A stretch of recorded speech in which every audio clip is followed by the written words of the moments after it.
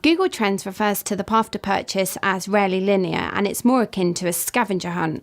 As modern day consumers, we're jumping from devices, from desktop to mobile. So how do we keep track of that process? Here are some simple steps in which we can do that.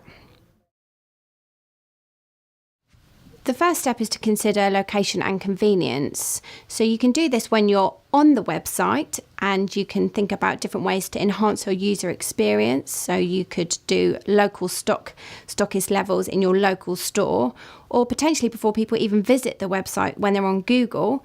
There's a great campaign by Bravissimo where they did a pay-per-click campaign that only displayed adverts when the sun was shining in a particular area, and they saw an increase of 600% in their conversion rates.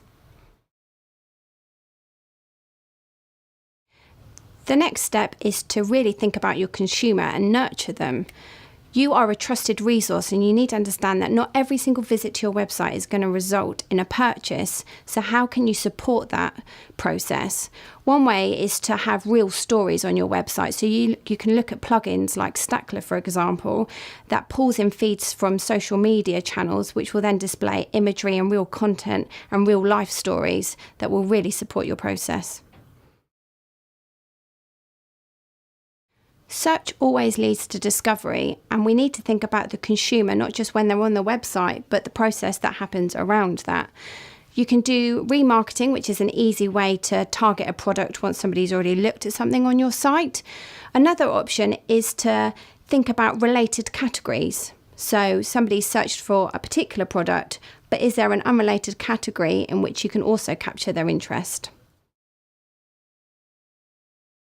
We always need to prepare for the unexpected, and the way in which we can do that is really take advantage of the tools at our hand. So you've got Google Tag Manager, you've got Google Analytics, but if you want to be a little bit more adventurous, you've got things like social listening. And once you understand what the consumer is, where they're going, what they're doing, you've got a better opportunity to enhance their experience with you as a brand. And then once they're on site, you can then also look at simple things in which you can do to enhance your user experience and make that process shorter for them. And one thing you can do is, for example, do a PayPal one-click checkout. It's simple and it works. Reviews are super powerful, and I cannot stress that point enough. 92% of consumers read reviews before they purchase a product. So having the reviews on your site is incredibly important.